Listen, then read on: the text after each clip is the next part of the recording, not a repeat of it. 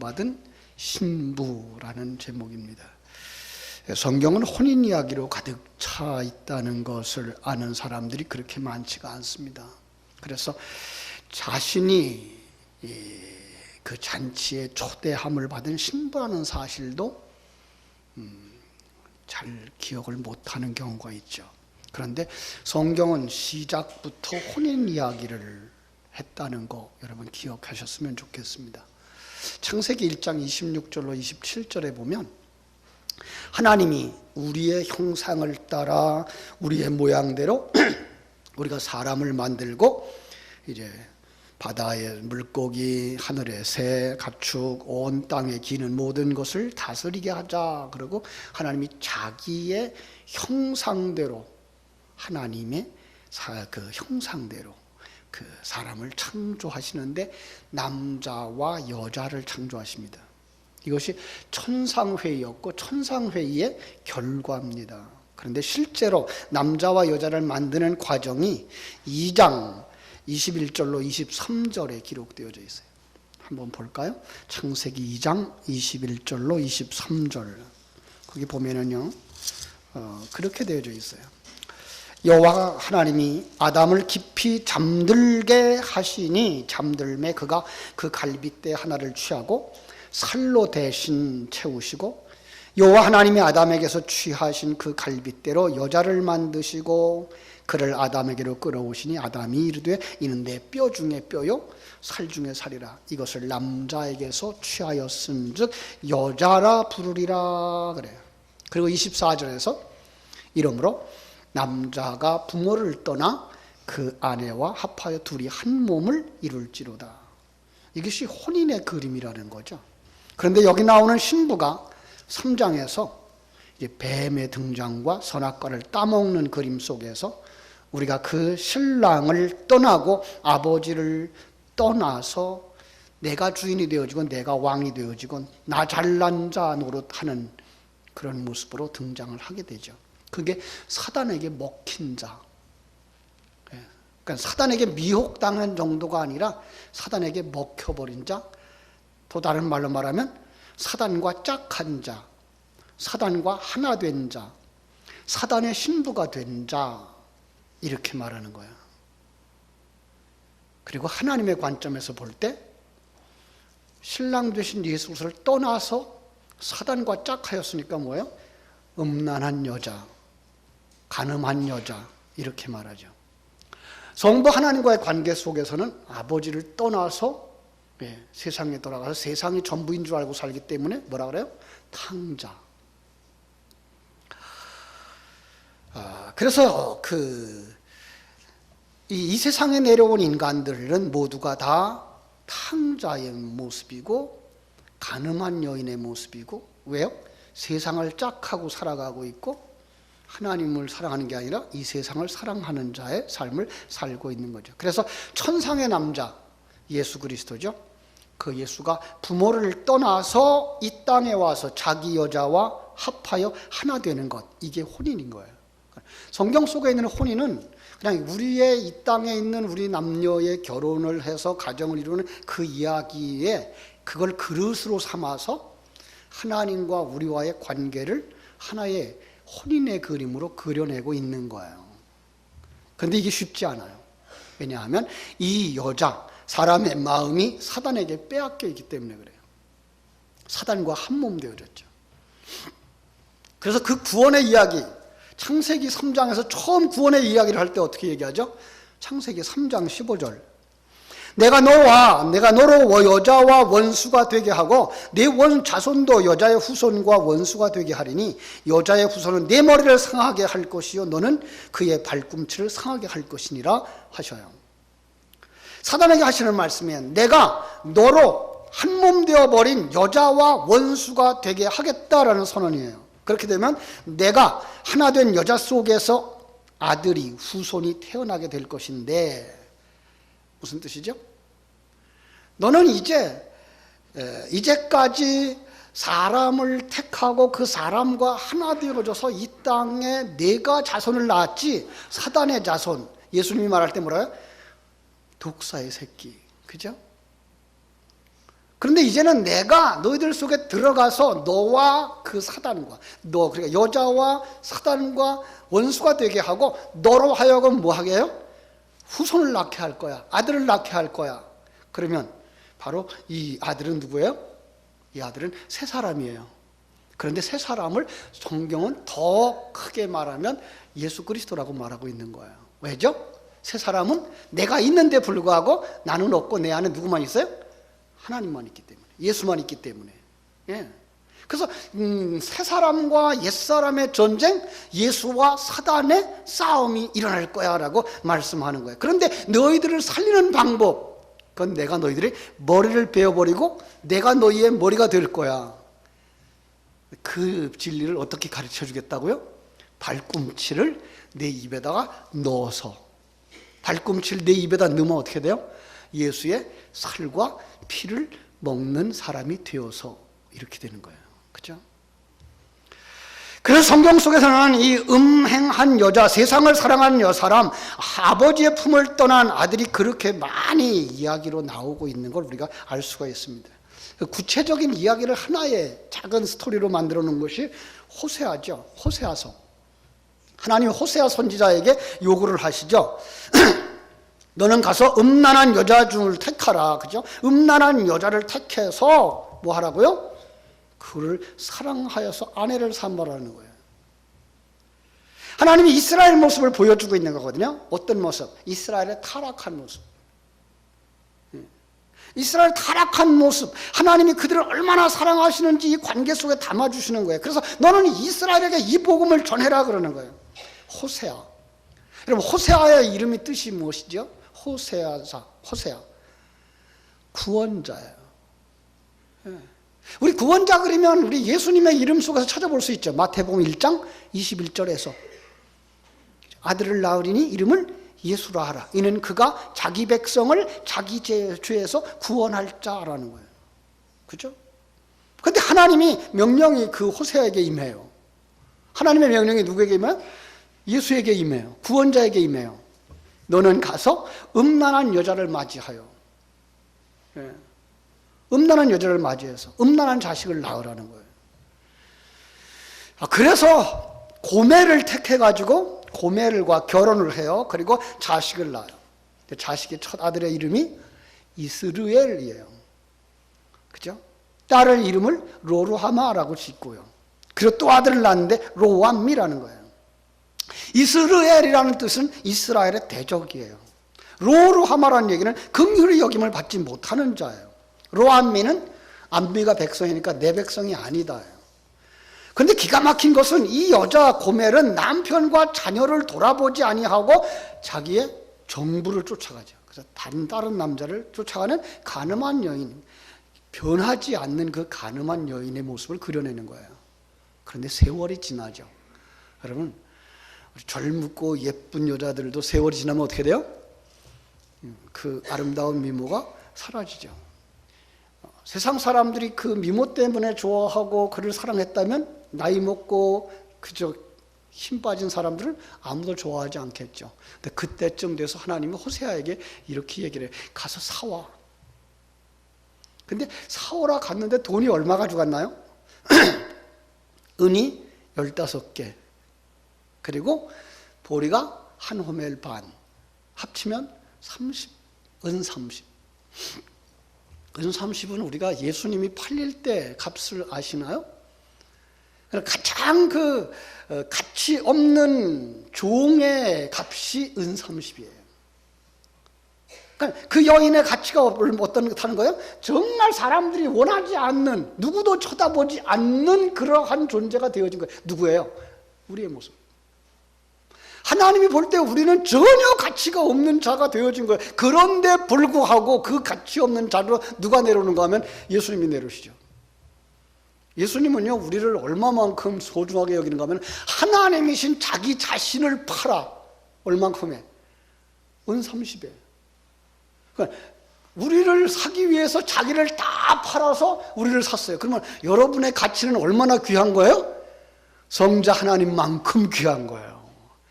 참, 이 성경에 있는 이런 관계를 보면 정말 하나님은 천재예요, 천재. 우리가 천재라고 명할 수 없겠죠, 그죠? 감히 어떻게 하나님을 천재다, 뭐 부족하다, 넘친다 그렇게 말할 수 있겠어요? 근데 성경 속에 감춰놓은 이런 비밀들을 보면은 정말 오묘하게 성경을 우리에게 풀어서 주시고 있는 걸 볼 수가 있는 거예요, 그죠? 이 타락한 인생을 구하기 위해서 신랑 되신 예수 그리스도가 오셔요. 신랑 되신 예수 그리스도가 하나님을 떠나서 이 세상에 빠지고 사단에게 빠진 자를 구하러 오는데, 구하러 오는 방법이 두 가지가 있어요. 하나는 뭐예요? 전쟁을 통해서 우리를 구해가죠, 그죠? 싸워서 구해가요. 이게 우리가 지금 요한계시록 살펴보고 있는 이야기들이죠. 옛 사람들을 계속 쳐서 부수는, 그죠? 음료를, 그리고 바벨론을, 그죠? 그들을 쫓아다니는 세력들을, 사단을, 옛뱀을 다 부수는 모습으로 그려지고 있고요. 또 하나는 대가를 지불하는 방식으로 그걸 그려내고 있어요. 자, 우리는 복음서에서 대가를 지불하는 방식으로 우리를 구원하신 이야기를 들어왔어요. 예수님이 우리 죄의 문제를 해결하기 위해서요. 여러분, 죄의 문제는요, 그냥 해결이 안 돼요. 죄의 문제는 어떻게 해야 돼요? 죄값을 지불해야만 해결이 되는 거예요. 그런데 성경이 말하는 게 뭐예요? 죄값이 뭐예요? 죄의 삭은 사망이라 그랬죠. 사망이에요. 그럼 누군가 죽어야 되는 거예요. 그게 뭐예요? 예수님의 죽으심인 거예요. 그래서 예수님의 죽으심이 뭐예요? 대가를 지불하는 거예요. 이걸 오해하는 분들이 있어요. 대가를 그럼 누가 받았을까? 이러는 거죠. 누가 받았겠어요? 응? 한번 생각해 보세요. 하나님이 저 타락한 죄인을 가서 돈 주고 사라고 그랬는데, 그럼 그 돈을 누가 받을까? 여기서 나온 게 이제 사단 배상설 같은 얘기가 나오는 거예요. 사단이 받았다라고 얘기를 하는 거예요. 특별히 거기에 사람들이 속아 넘어가는 이유 중에 하나가 레위기 16장에 보면은 그 속죄일에 염소 2마리 가져오죠. 한 마리는 잡아서 제물로 드리고, 한 마리는 제사장이 그 머리에 꾹꾹 눌러서 안수를 해요. 그죠? 그러니까 구약의 안수는 뭐라 그랬죠? 구약의 안수는 내 죄를 다 그에게 전가시키는 거예요. 그죠? 그래서 그 내 죄를 다 그에게 전가시켜서 광야에 가서 그냥 풀어놔 버리는 거죠. 예. 그냥 죄인의 모든 죄를 염소에게 지우고 염소를 멀리 보냈다 그래서 뭐예요? 아사셀 양이에요. 그걸 그냥 떠나보내는 양, 이름이 아사셀 양이에요. 그 에즈라고 하는 단어와 아잘이라는 합성어가 바로 이 떠나보내는 양이라는 의미인 거예요. 이걸 실제적 용법도 모른다고 해석을 해버렸어요. 심지어 그것을 하나님과 대립되는 사단이나 마귀일 수도 있다라고 생각을 해서 뭐예요? 사단 배상설이라는 말이 나온 거죠. 그건 이단설이에요. 우리는 그렇게 보지 않아요. 왜냐하면 그냥 하나는 내 죄 때문에 누가 대신 죽음을 당하고 그래서 내 죄가 사해진 거야를 가르쳐 주는 거예요.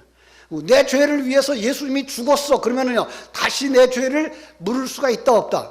없어요. 일사부조리의 원칙에 의해서 죄값을 나는 안 치러도 돼요. 왜? 예수님이 대신 치러줬기 때문에.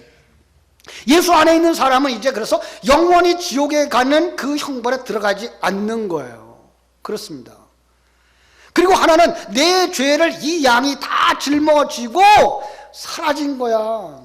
너는 이제 뭐예요? 그 죄와 상관없는 자가 된 거야 라고 말하는 거예요. 이건 세상적이고 윤리적이거나 도적질한 거, 남의 거 취한 거, 그거 하나님 앞에 와서 잘못했습니다 회개하면 안 갚아도 된다는 얘기 아니에요. 이건 원죄에 관한, 죄의 뿌리에 관한 얘기를 하는 거예요. 세상 속에서 혹 사람에게 손해를 끼친 거는 어떻게 돼요? 회개하는 건 어떻게 하는 거예요? 갚아야 되는 거예요. 그죠? 갚아야 되는 거죠. 그럼요. 갚지 않으면 여러분 감옥에 간단 말이에요. 세상에서 값을 치러야 되는 거죠. 여기서 말하는 건 뭐예요? 우리 속에 있는 원죄예요. 내가 주인이었던, 내가 왕노릇했던, 내가 잘난 줄 알고 하나님을 몰랐던 자의 그 모든 죄는 뭐 하는 거예요? 이제 사라지는 거예요. 어떻게 되면? 진리의 하나님이 내게 오셔서 내게 가르쳐 주시는 거예요. 하나님은 크신 분이야, 전능하신 분이야, 그분이 창조하신 분이야, 섭리하신 분이야, 경륜하신 분이야. 당신의 인생을 지금 하나님이 다스리고 있는 거야. 그러면 뭐예요? 그러면 내가 주인이라는 생각이나 이러한 일 저러한 일들이 오직 내 행동과 결과에 의해서만 주어진 것이 아니라는 사실을 깨달아 알면 어떻게 할 수 있어요? 자유할 수 있는 거죠. 그 죄에서부터 자유하는 자가 되는 거죠. 이게 바로 속죄 일에 일어났던 일인 것을 알 수가 있는 거예요. 그렇죠? 자, 그런데 누가복음 14장에서는요, 그렇게 죄인 되어진 자들을 초대하는 그림이 하나 그려져 있어요. 한번 누가복음 14장으로 가보겠습니다. 14장 15절. 누가복음 14장 15절. 눈치 빠르신 분은 이제 생각할 거예요. 뭐죠? 혼인잔치에 초청하는 거죠. 그죠? 16절부터 보면요. 이르시되 어떤 사람이 큰 잔치를 베풀고 많은 사람을 청하였더니 잔치할 시각에 그 청하였던 자들이 종들을 보내어서 이르되 오소서 모든 것이 준비되었나이다 하자 다 일치하게 사양하여서 한 사람은 이르되 나는 밭을 샀음에 아무래도 나가 보아야 하겠으니 청컨대 나를 양해하도록 하라 하고 또 한 사람은 이르되 나는 소 5개를 샀음에 시험하러 가니 청컨대 나를 양해하도록 하라 하고 또 한 사람이 이르되 나는 장가 들었으니 그러므로 가지 못하겠다 하노라 하는지라. 자, 그들이 핑계를 다 대는 거예요. 그렇죠? 자, 그러면 어떻게 하죠? 주인은 다른 사람을 청해요. 예. 자, 그들의 생각이 뭐예요? 밭을 샀다. 아무래도 난 가봐야 되겠다. 소를 샀다. 나는 아무래도 시험하러 가봐야 되겠다. 장가를 들었으니 나는 못 가겠다라고 하는 이 모든 것도 뭐예요? 옛사람이 자기가 주인인 줄로 알고 있는 거예요. 더 중요한 거 있어요. 더 중요한 거. 그건 하나님이 당신을 그리스도의 신부로 택하고 초청한다는 사실을 이 사람들이 모르고 있는 거죠. 지금 이 누구한테 하는 얘기일 것 같아요? 이 이야기는 유대인들한테 했던 얘기예요. 유대인들. 종교인들한테 했던 얘기예요.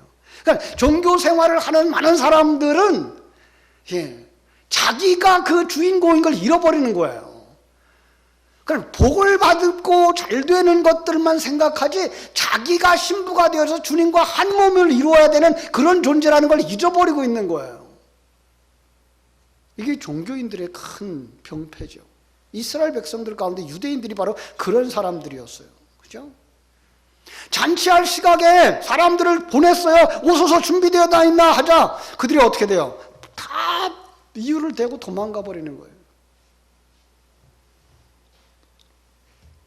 마태복음 22장에서는요 또 같은 이제 혼인에 관한 초청이 있는데요. 마태복음 22장 3절로 6절에 가보면은 종들을 보냈는데 종들을 잡아 능욕하고 이렇게 나와요. 예. 그러자 하나님이 그들에게 선전포고하죠. 그들을 멸해버리겠다는 거죠. 그렇습니다. 자, 아주 중요한 걸 놓치고 가요. 거기서 그들이 행위가 더 중요한 게 아니라 그 행위를 하게 되어진 원인, 그 속에 뭐가 있는 거예요? 내가 주인인 거예요. 그리고 하나님의 일하심을 전혀 모르는 거예요. 하나님은 우리를 신부로 만드시려고 초청했다는 사실을 모르는 거예요. 그래서 혼인잔치의 그 비유들을 이렇게 설교하는 많은 분들 가운데도 혼인잔치에 내가 그 신부로 초청됐다라고 설교하시는 분들이 많지 않아요. 그냥 손님으로 초청되어졌거니라고 생각을 해버려요. 마태복음 25장에도 같은 이야기가 있죠. 초청을 받았어요. 그래서 사람들이 다 들어와서 가득 찼어요. 그런데 그 중에 한 사람 뭐 안 입었어요? 예복을 입지 않았죠. 그죠? 네. 물론 유대인들의 결혼식장에는 그 주인이 오신 손님들을 위해서 예복을 다 드려요. 그런 상식을 통해서 성경 속의 그 예복을 가르쳐 주면서 그건 바로 그리스도의 의고, 그래서 신부들은 바로 그 그리스도의 의를 덧입은 자들이 그리스도의 신부가 될 수 있다라는 얘기를 해주는 건데, 그거를 그냥 손님이라고 생각을 하고 있는 거예요. 손님이라고. 안타까운 거죠. 자, 그러자 주인이 종들에게 말합니다. 길과 산을 타리로 가서 사람들을 강권하여 데려다가 내 집을 채우라 그러죠. 전도할 때 많이 쓰는 부분이죠. 길과 산을 타리로 가서, 여기 길, 호도스라는 단어는요, 성 밖의 도로예요. 지금 성 안은 뭘 가리키고 있는 거예요? 유대인들의 세계. 그 성 밖에는 이방인, 그죠? 산울, 이 프라그모스라는 단어도 둘러막다의 뜻이에요. 울타리 밖에요. 그러니까 유대인 가, 유대인 밖 이런 의미예요.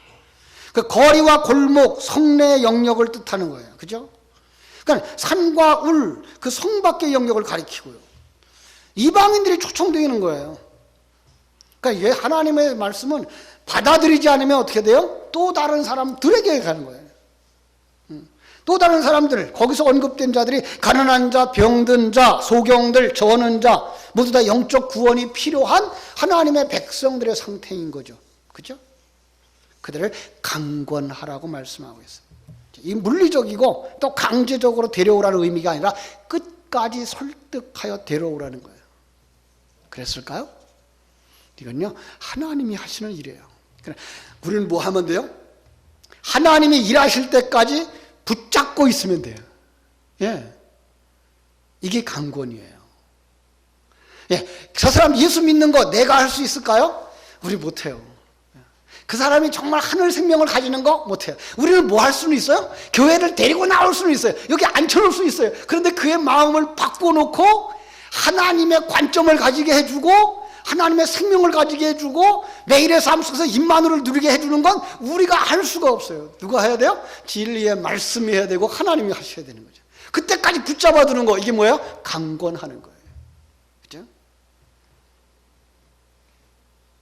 자, 그런데요, 마태복음 22장 11절로 14절에 가보면요, 초청받은 신부들 가운데 예복을 입지 않은 사람이 있었어요. 왜 예복을 입지 않았을까요? 자기 옷이 예복보다 더 화려하고 좋다라고 생각을 했던 거죠. 자, 여기서 우리는 성경이 말하고 있는 옷은 무엇일까라는 생각을 해볼 수 있고요. 또 신랑이 주는 것, 잔치집에 입어야 되는 옷은 무엇인가를 우리는 생각해 보아야 되는 거죠. 그죠? 그걸 우리는 이미 알고 있어요. 그리스도의 의의 옷이다라고 하는 거죠. 그죠? 세마포라는 것 알 수 있고요. 그는 그 무리 속에 들지 못한 거예요. 세마포를 입지 않았기 때문에.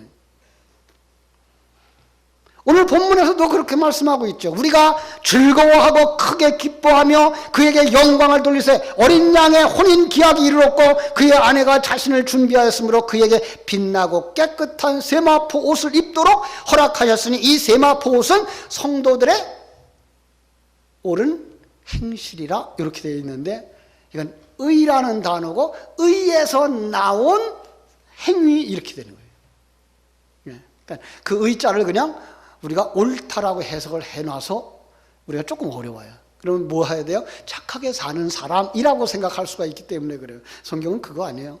그리스도의 의를 가진 자의 그 의에 의한 삶을 살아내는 자 이렇게 말하는 거예요. 그렇죠? 하나님 보시기에 합당한 삶, 하나님의 생명에 의한 삶인 거예요. 그래서 그 의라는 말을 디카이오라는 말을 써요. 이 디카이오라는 말을 의라는 단어 아시죠? 한자는 정말 재밌어요. 여러분 한자의 의자를 아시죠? 양양자 밑에 자자를 쓰죠. 그죠? 그 뭐예요? 양 밑에 내가 있을 때 그가 뭐예요? 의로운 자라니까요. 그게 의예요. 근데 그 양이 누구를 상징하죠? 예수 그리스도죠. 그러니까 예수 그리스도가 이 땅에 오셔서 살아가는 그 삶은 그게 뭐예요? 의로운 삶이에요.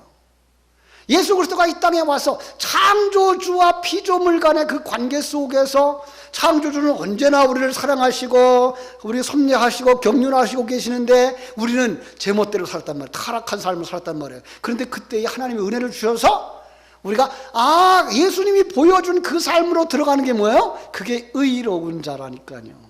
어떻게 되는 거예요? 나는 하나님이 지으신 피조물이구나. 이 환경은 하나님이 주신 가장 좋은 환경이구나. 예.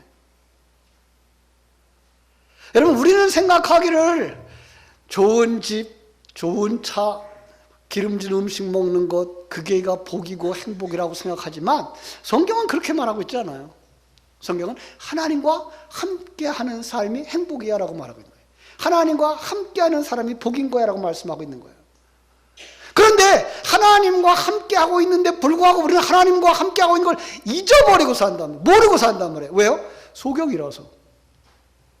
감각이 없단 말이에요. 왜? 문둥병자라서. 머리로는 아는데 가슴으로는 느껴지지 아니하고 그 삶에 의한 행동이 옮겨지지 않단 말이에요. 왜요? 중풍병자라서. 하나님은 그거 고치러 오셨다니까요. 그래서 믿음은 들음에서 난다고요. 설교의 말씀을 들음으로 말미암아서 하나님이 함께 하시는 거구나. 하나님이 이 삶을 주셨구나. 하나님이 이 은혜 가운데 우리를 인도하시는구나를 깨달아 알고 살아갈 때 우리의 삶은 그게 복 있는 삶이라고 성경은 말씀하고 있는 거예요. 세상 사람들은 그걸 알까요? 모를까요? 세상 사람들은 몰라요. 왜요? 감각이 없다니까요. 보지 못한다니까요. 네. 그래서 그들을 소경이라고 말하는 거예요. 근데 그 책임이 누구한테 있어요? 목사한테 있다는 거예요. 그 책임이 누구한테도 있어요? 여러분 자신에게도 있단 말이에요. 나중에 여러분들이 천국 문턱에 갔다가 똑 떨어지면서 목사님 때문에 나 천국 못 들어가요. 그래봐야 소용없다니까 그때 가서는. 반드시 여러분들이 진리를 붙잡고 그 삶을 살아내는, 그래서 완성된 신부가 되어져야 그때의 신부가 내 사랑하는 신부야 하고 끌어안는 거지. 그때 가서는 아무리 여러분들이 목사님하고 친해도 목사님 천국 갈 때 옷자락 붙잡고 못 간단 말이에요.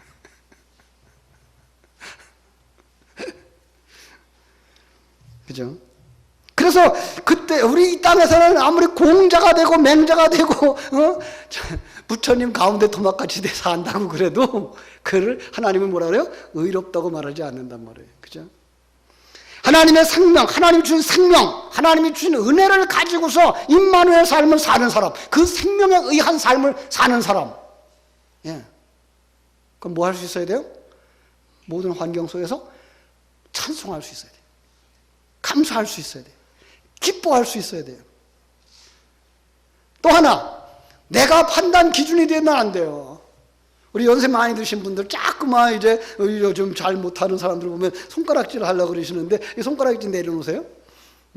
너무 판단자들이 많아. 왜 남을 판단해? 하나님 지금 그 속에서 일하고 계시다니까요. 네. 여러분, 이 땅에 지금 감옥에 안 들어가고 산다고 해서 우리가 감옥에 들어가 있는 저 사람보다 더 정말 하나님 앞에서 의로운 사람이라고 말할 수 없다니까요.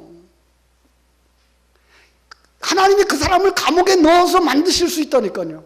짧은 시간에 만드실 수 있다니까요. 우리는 잘났다라고 바리새인들처럼 난 떳떳하다고, 난 주일 성수 잘한다고, 주일날 예배 잘 드린다고, 수요일날도 예배당에 갔었다고 라고 말할지는 모르지만 하나님께서는 뭘 보신다고요? 그 속에 하나님의 주권을 인정하는 생명을 가진 자냐라는 걸 본다는 거죠. 그가 누구예요? 그가 신부예요. 그러니까 사람들은 어떻게 한다고요? 사람들은 그리스도의 의를 덧입으면 겸손해지고 낮아지는데 그걸 안 입어요. 뭘 입어요? 무화과 나무 잎사귀로 만든 치마를 입는다니까요. 창세기 3장에서는 무화과 나무 잎사귀로 만든 옷을 입었어요. 그런데 요한계시록에 나오면 어떤 옷을 입어요? 자색 옷, 그죠? 자색 옷, 그죠? 비단 옷인가? 붉은 옷. 그게 뭘 얘기한다고요? 그 황제의 옷. 내가 여왕이야, 내가 왕이야라고. 그런데 라오디게아 교회를 향하여서 주님은 뭐라 그랬어요?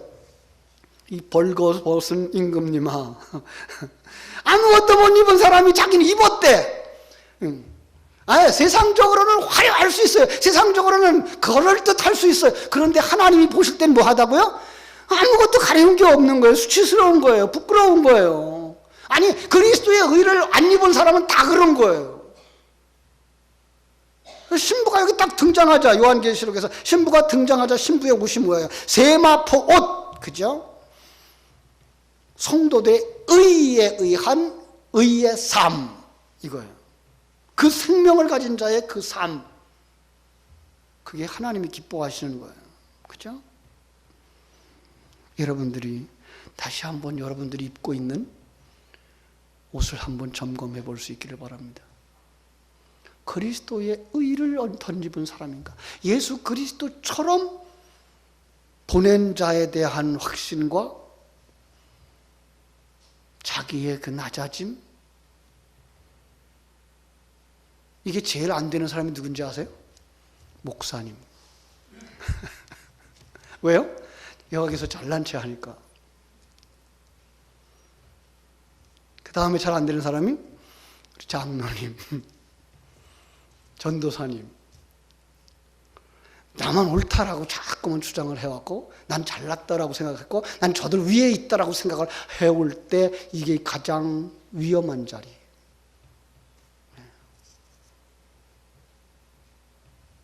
그래서 연세 드신 어른들을 이렇게 보면은 우리가 알 수 있죠. 아, 정말 곱게 믿음으로 무르익어 가는구나.